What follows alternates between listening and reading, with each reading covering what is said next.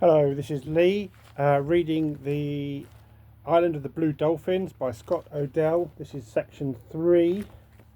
Um, this work is apparently a classic and it's public domain.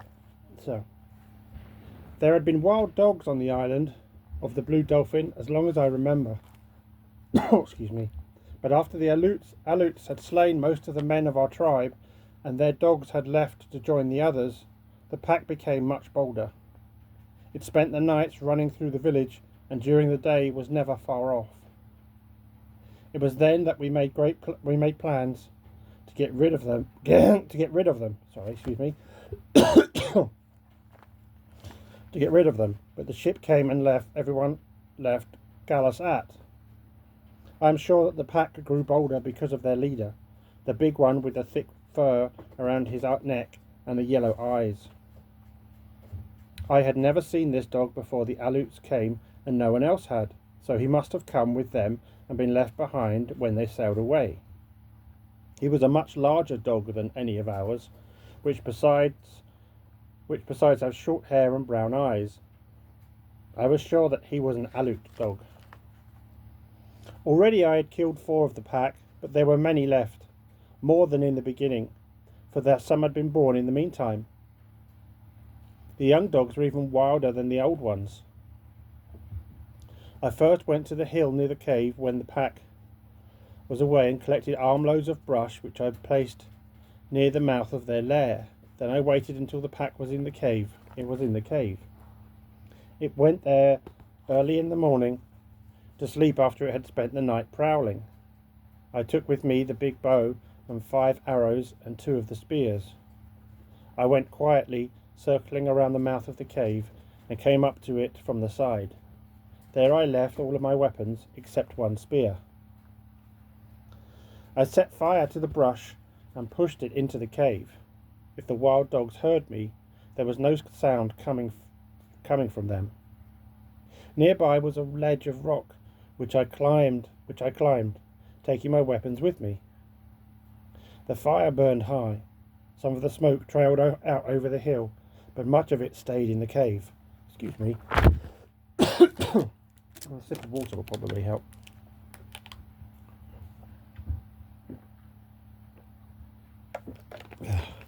Right, that should be better.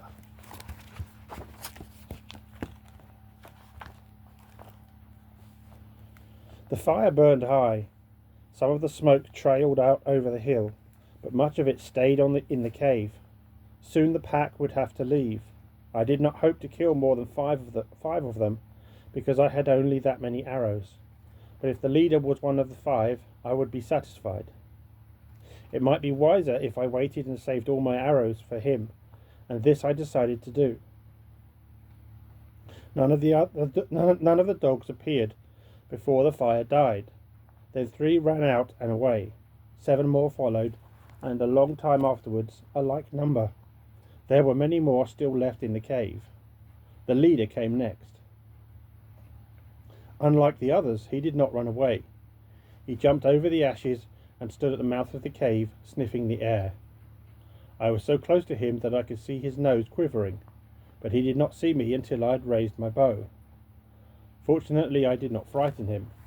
He stood facing me, his front legs spread as if he were ready to spring, his yellow eyes narrowed to slits. The arrow struck him in the chest. He turned away from me, took 1 step and fell. I sent another arrow towards him, which went wide. At this time 3 more dogs trotted out of the cave. I used the last of my arrows and killed 2 of them. Carrying both of the spears, I climbed down from the ledge and went through the brush to the place where the leader had fallen. He was not there. While I had been shooting at the other dogs, he had gone. He could not have gone far because of his wound, but though I looked everywhere around the ledge where I had been standing and in front of the cave, I did not find him. I waited for a long time and then went inside the cave. It was deep, but I could see clearly. Far back in a corner was the half-eaten carcass of a fox. Beside it was a black dog with 4 grey pups. One of the pups came slowly toward me, a round ball of fur that I could have held in my hand. I wanted to hold it, but the mother leapt to her feet and bared her teeth. I raised my spear as I backed out of the cave, yet I did not use it. The wounded leader was not there. Night was coming, and I left the cave, going along the foot of the hill that led to the cliff. I had not gone far on this trail that the wild dogs used when I saw the broken shaft of an arrow. It had been gnawed off near the tip, and I knew it was from the arrow which had wounded the leader. Farther on I saw his tracks in the dust. They were uneven, as if he was travelling slowly. I followed them toward the cliff, but finally lost them in the darkness. The next day and the next it rained, and I did not go to look for him. I spent those days making more arrows, and on the third day, with these arrows and my spear, I went out along the trail the wild dogs had made to and from my house. There were no tracks after the rain, but I followed the trail to the pile of rocks where I had seen them before. On the far side of the rocks I found the big grey dog. He had the broken arrow in his chest, and he was lying with one of his legs under him. He was about 10 paces from me, so I could see him clearly. I was sure that he was dead, but I lifted the spear and took good aim at him. Just as I was about to throw the spear, he raised his head a little from the earth and then let it drop. This surprised me greatly, and I stood there for a while not knowing what to do, whether to use the spear or my bow. I was used to animals playing dead, until they suddenly turned on you or ran away. The spear was the better of the two weapons at this distance, but I could not use it as well as the other. So I climbed onto the rocks, where I could see him if he ran. I placed my feet carefully. I had a second arrow ready should I need it. I fitted an arrow and pulled back the string, aiming at his head. Why I did not send the arrow I cannot say. I stood on the rock with the bow pulled back, and my hand would not let it go. The big dog lay there and did not move, and this may be the reason. If he had gotten up, I would have killed him. I stood there for a long time looking down at him, and then I climbed off the rocks. He did not move when I went up to him, nor could I see him breathing until I was very close. The head of the arrow was in his chest, and the broken shaft was covered with blood. The thick fur around his neck was matted from the rain. I do not think that he knew I was picking him up, for his body was limp, as if he were dead. He was very heavy, and the only way I could lift him was by kneeling and putting his legs around my shoulders. In this manner, stopping to rest when I was tired, I carried him to the headland. I could not get through the opening under the fence, so I cut the bindings and lifted out 2 of the whale ribs, and thus took him into the house. He did not look at me or raise his head when I laid him on the floor, but his mouth was open and he was breathing. The arrow had a small point, which was fortunate, and came out easily, though it had gone deep. He did not move while I did this, nor afterwards, as I cleaned the wound with a peeled stick from a coral bush. This bush has poisonous berries, yet its wood often heals wounds that nothing else will.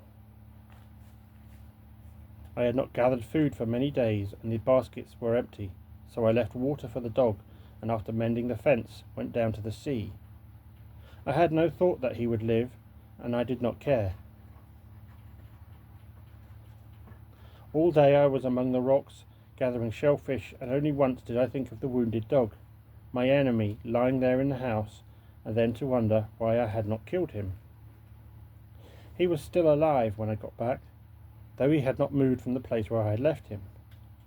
Again I cleaned the wound with a coral twig. I then lifted his head and put water in his mouth, which he swallowed. This was the first time that he had looked at me since the time I had found him on the trail. His eyes were sunken, and they looked out at me from far back in his head. Before I went to sleep, I gave him more water. In the morning, I left food for him when I went down to the sea, and when I came home he had eaten it. He was lying in the corner watching me. While I made a fire and cooked my supper, he watched me.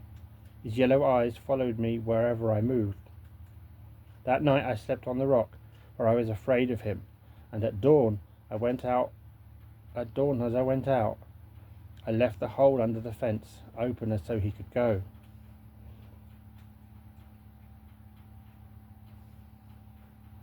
But he was there when I got back, lying in the sun with his head on his paws.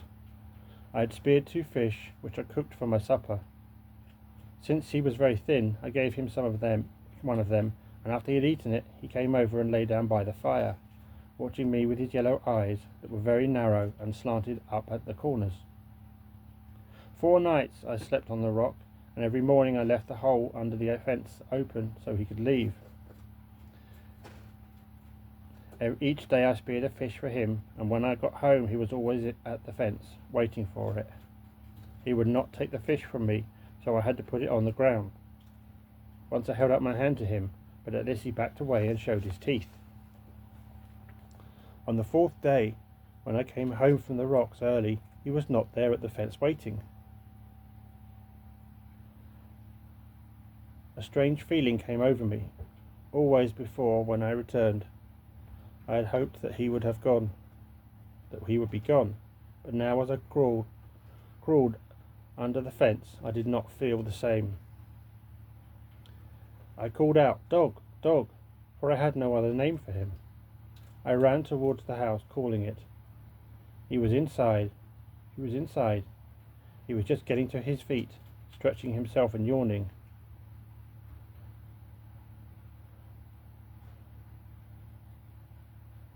He looked first at the fish I carried and then at me and moved his tail. That night I stayed in the house. Before I fell asleep I thought of a name for him, for I could not call him Dog. The name I thought of was Rontu, which means in our language, fox eyes. The white men's ship did not return that spring or in the summer, but every day, whether I was on the headland or gathering shellfish on the rocks, or working on my canoe, I watched for it. I also waited for the red ship of the Aleuts. I was not sure what I would do if the Aleuts came. I could hide in the cave, which I had stored with food and water, for it was surrounded by thick brush, and the mouth of the ravine could only be reached from the sea. The Aleuts had not used this spring and did not know about it because there was another one closer to where they had camped. But they might come up on the cave by chance, and then I must be ready to flee. For this reason I worked on the canoe I had abandoned on the spit. I went to the place where the others were hidden, but they were dried out and cracked. Also they were too heavy for a girl to push into the water, even a girl as strong as I was. The tides had almost buried the canoe, and I laboured many days to dig it out of the sand.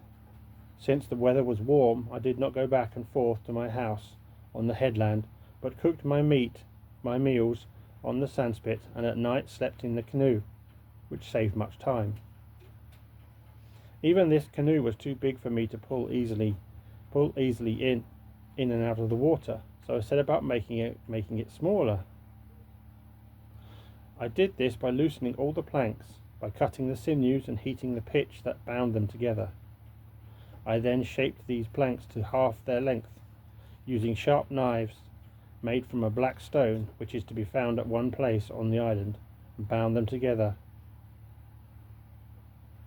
with fresh pitch and sinews. The canoe, when I had finished, was not so beautiful as it had been before, but I could now lift one end of it and drag it through the waves. All the time I was working on the canoe, which was the most of that summer, Rontu was with me.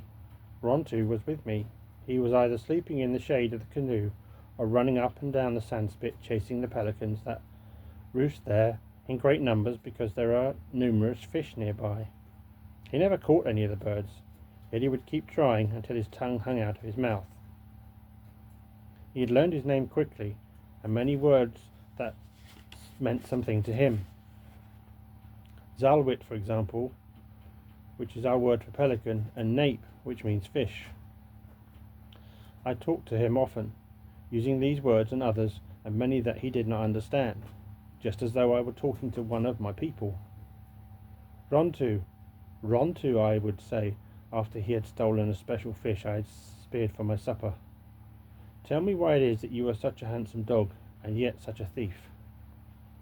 He would put his head on one side, and then the other, although he knew only two of the words, and looked at me. Or I would say, it is a beautiful day. I have never seen the ocean so calm, and the sky looks like a blue shell. How long do you think these days will last? Rontu would look up at me just the same, though he understood none of the words, acting as if he did. Because of this, I was not lonely. I did not know how lonely I had been until I had Rontu to talk to. When the canoe was finished and the pitch had dried, I wanted to find out how it went through the water and if the planks leaked. So we set off on a long voyage around the island. The voyage took all of one day, from dawn until night. There are many sea caves on the island of the Blue Dolphins, and many of them are large and go far back into the cliffs. One of these was near the headland where my house stood. The opening was narrow, but not much wider than the canoe. But once we were inside, it spread out and was larger than my place on the headland. The walls were black and smooth and slanted far up over my head. The water was almost as black, except where light came through the opening. Here it was a gold colour, and you could see fish swimming around. They were different from the fish on the reefs, having larger eyes and fins that drifted out from their bodies like kelp. This place opened into another, which was smaller and so dark I could see nothing. It was very silent in there, with no sound of the waves on the shore, and only the lapping of the water against the rocky walls. I thought of the god Tumeowit, who had become angry at Mukat and gone down into another place, and I wondered if it were not to such a place as this that he had gone. Far ahead was a spot of light no larger than my head and hand, so instead of turning back, which I felt like doing, I drifted towards it around many turnings and came at last to another room much like the first. Along one side was a wide shelf of rock, which ran out to the sea through a narrow opening. The tide was full, and yet the shelf was out of the water. It was a fine place to hide a canoe, which could be lifted out and stored there where no one could find it. The ledge joined the cliff just below my house. All I needed was a trail down to the cave, and then the canoe would be close at hand.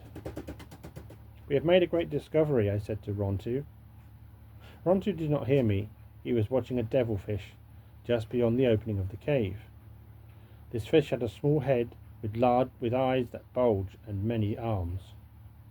All day Rontu had been barking at the cormorants, the gulls, the seals, at everything that moved. Now he was quiet, watching the black thing in the water.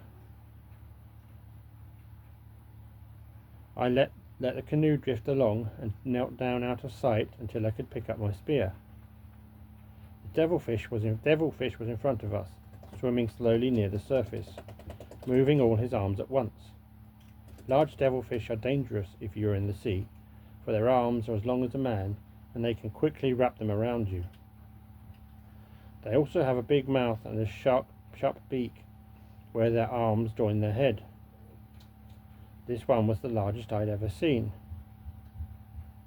Since Rontu was standing in front of me, and I could not put the canoe into a better position, I had to lean out to use the spear. As I did so, the devilfish saw my movement and let loose in the water a black cloud of liquid, which instantly hid him from view.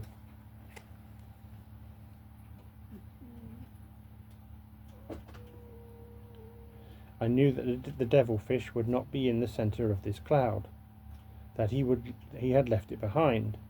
I therefore did not aim my spear at it, but picked up the paddle and waited until he appeared. He was now twice the length of the canoe from me, and though I paddled fast, I could not overtake him. "Rontu," I said, for he was watching the black cloud in the water, "you have much to learn about the devilfish." Rontu did not look at me or bark. He put his head to one side and then the other, still puzzled, more so when the cloud disappeared and nothing was left except clear water. "Devilfish is the best food in the sea.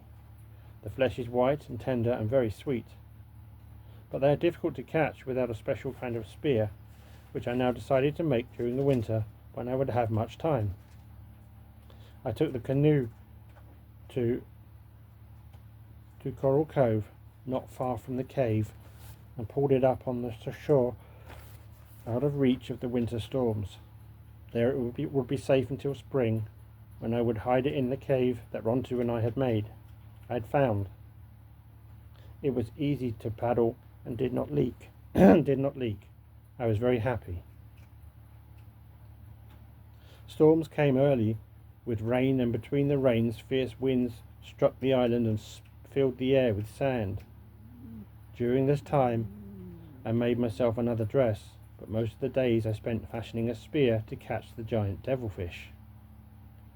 I had seen this spear made, as I had seen my father make bows and arrows, yet I knew little about it, no more than I had about the others. Still I remembered how it looked and how it was used. From these memories I made it after many errors and many hours of work, sitting on the floor while Rontu slept nearby and the storms beat upon the roof. 4 of the sea elephant teeth were left, and though I broke all except one, which I worked down from 4 of the sea elephant teeth were left, and though I broke all except one, this I worked down to a head with a barbed point. I then made a ring and fastened it to the end of the shaft, and into this ring fitted the head, which was tied to a long string made of braided sinew.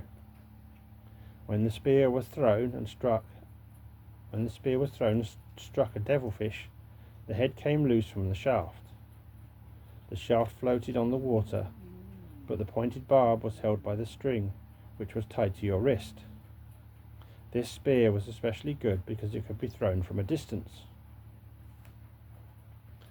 On the first day of spring, I went down to Coral Cove.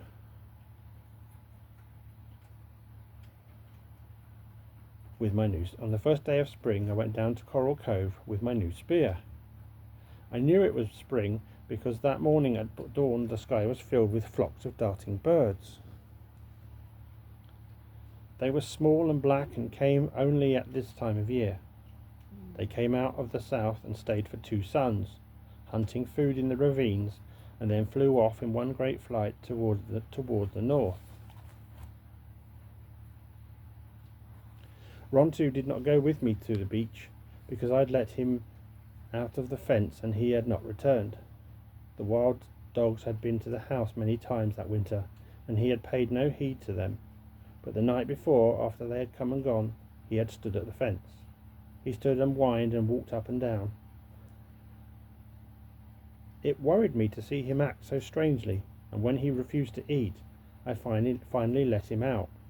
Now I pushed the canoe into the water and drifted towards the reef where the devilfish lived. The water was so clear that it was like the air around me. Far down, the sea ferns moved as though a breeze were blowing there, and among them swam the devilfish, trailing their long arms. It was good to be on this sea after the winter storms with the new spear in my hand, but all the morning as I hunted the giant devilfish I kept thinking of Rontu. I should have been happy, yet thinking of him I was not. Would he come back? I wondered. Or had he gone to live with the wild dogs? Would he again be my enemy? If he were my enemy, I knew that I could never kill him, now that he had been my friend. When the sun was high, I hid the canoe in the cave we had found, for once more it was the time the Aleuts might return, and with the 2 small bass I had speared, though not the giant devilfish, I went up the cliff. I planned to make a trail from the cave to my house, but had decided that it could be seen from a ship and by anyone standing up on the headland. The climb was steep. As I reached the top, I paused for breath. The morning was quiet except for the house, the noise of the little birds flying from bush to bush, and the cries of the gulls who did not like these strangers. Then I heard the sound of dogs fighting. The sound came from far off, perhaps from the ravine. Taking my bow and arrows, I hurried in that direction. I went down the path which led to the spring. There were tracks of the wild dogs around the spring, and among them I saw the large ones of Rontu. The tracks led away through the ravine which winds to the sea. I heard again the distant sound of fighting. I went slowly through the ravine because of my bow and arrows. At last I came to the place where it opens into a meadow right at the edge of a low sea cliff. Sometimes in the summer, a long time ago, my people had lived there. They gathered shellfish on the rocks and ate them here, leaving the shells, which after many summers had formed a mound. Over this grass had grown and a thick-leaved plant called gnapan. On this mound among the grasses and the plants stood Rontu. He stood facing me with his back to the sea cliff. In front of him, in a half circle, were the wild dogs. At first I thought that the pack had driven him there against the cliff and were getting ready to attack him. But I soon saw that the 2 dogs stood out from the rest of the pack between it and Rontu, and that their muzzles were wet with blood. One of these dogs was the leader who had taken Rontu's place when he had come to live with me. The other one, which was spotted, I had never seen. The battle was between Rontu and these 2 dogs. The rest were there to fall upon whichever was beaten. So great was the noise made by the pack, they had not heard me as I came through the brush, nor did they see me now as I stood at the edge of the meadow. They sat on their haunches and barked, with their eyes fixed on the others. But I was sure that Rontu knew I was somewhere near, for he raised his head and smelled the air. The 2 dogs were trotting back and forth along the foot of the mounds, watching Rontu. The fight had probably started at the spring, and they were stalking him to this place where he had chosen to fight. The sea cliff was behind him, and they could not reach him from that direction, so they were trying to think of some other way. It would have been easier if one could have attacked him from the back and one from the front. Rontu did not move from where he stood on top of the mound. Now and again he lowered his head to lick a wound on his leg, but whenever he did, he always kept his eyes on the 2 dogs trotting up and down. I could have shot them, for they were within reach of my bow, or driven off the pack. Yet I stood in the brush and watched. This was a battle between them and Rontu. If I stopped it, they would surely fight again. Perhaps at some other place less favourable to him. Rontu again licked his wound, and this time he did not watch the 2 dogs moving slowly past the mound. I thought it was a lure, and so it proved to be, for suddenly they ran toward him. They came from opposite sides of the mound, ears laid back and teeth bared. Rontu did not wait for the attack, but leaping at the nearest one, turned his shoulder and with his head lowered, caught the dog's foreleg. The pack was quiet. In the silence I could hear the sound of the bone breaking, and the dog backed away on 3 legs. The spotted dog had reached the top of the mound.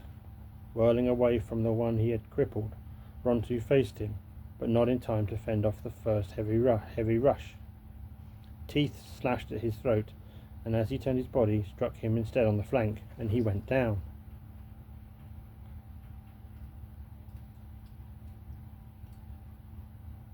At that moment, while he lay there on the grass, with the dog circling warily and the pack moving slowly toward him, without knowing that I did so, I fitted an arrow to the bow.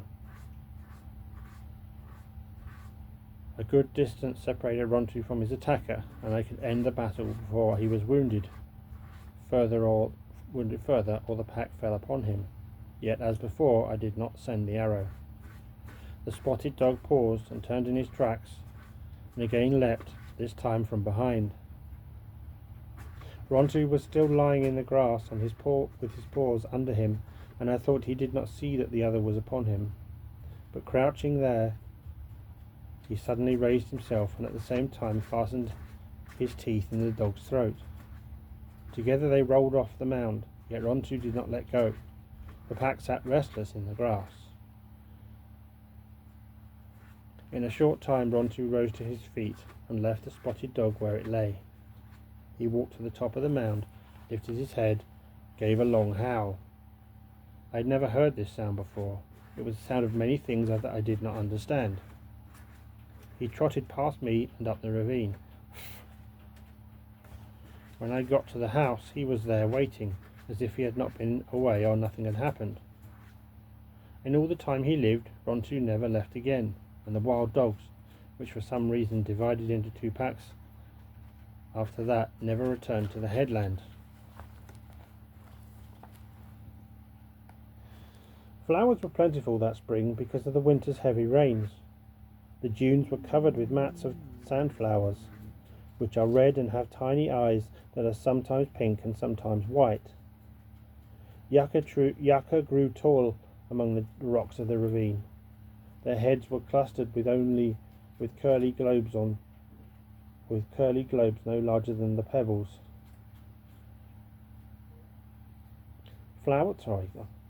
Didn't understand that. Flowers were plentiful that spring because of the winter's heavy rains.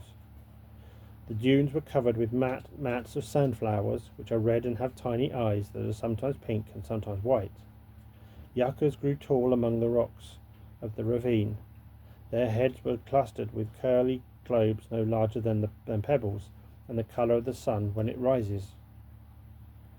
Lupines grew where the springs ran. From the sunny cliffs in crevices where no one would think anything could grow, sprang the little red and yellow fountains of the kummel bush. Birds were plentiful too. There were many hummers which can stand still in the air and look like bits of polished stone, and have long tongues to sip honey with. There were blue jays, which are very quarrelsome birds, and black and white peckers that pecked holes in the yucca stalks and the poles of my roof, even in the whalebones of the fence. Red-winged blackbirds also came flying out of the south, and with flocks of crows and a bird with a yellow body and a scarlet head which I had never seen before. A pair of these birds made a nest in a stunted tree near my house. It was made from strings of the yucca bush and had a small opening at the top and hung down like a pouch. The mother laid 2 speckled eggs which she and her mate took turns sitting on. After the eggs hatched, I put shreds of abalone under the tree, and these she fed her young. The young birds were not like their mother and father, being grey and very ugly. But anyway, I took them from the nest and put them in a small cage that I made of reeds. So later in the spring, when all the birds except the crows left the island and flew off to the north, I had these 2 for friends. They soon grew beautiful feathers like those of their parents, and began to make the same sound, which was reap, reap, reap, reap. But it was soft and clear and much sweeter than the cries of the gulls or the crows or the talk of the pelicans, which sounds like the quarrelling of toothless old men. Before summer came, the cage was too small for my 2 birds. But instead of building a larger one, I cut the tips of their wings, one wing of each, so they could not fly away, and let them loose in the house. By the time their wings had grown out, they had learned to take food from my hand. They would jump down from the roof and perch on my arm and beg, making their reap reap sound. When their wings began to feather out, I cut them again. This time I let them loose in the yard, where they hopped around hunting food, perching on Rontu, who by now had gotten used to them. The next time they feathered out, I did not trim their wings, but they never flew farther away than the ravine, would always come back at night to sleep, and no matter how much they had eaten, to ask for food. One, because he was larger, I called Tainor. I named him after a young man I liked who had been killed by the Aleuts. The other was called Lurai, which was the name I wished I had been called instead of Karana. During the time that I was taming the birds, I made another skirt. This one I also made of yucca fibres, softened in water and braided into twine. I made it just like the others, with folds running lengthwise. It was open on both sides and hung to my knees. The belt I made of sealskin, which could be tied in a knot. I also made a pair of sandals from sealskins for walking over the dunes when the sun was hot, or just to be dressed up when I wore my new skirt of yucca twine.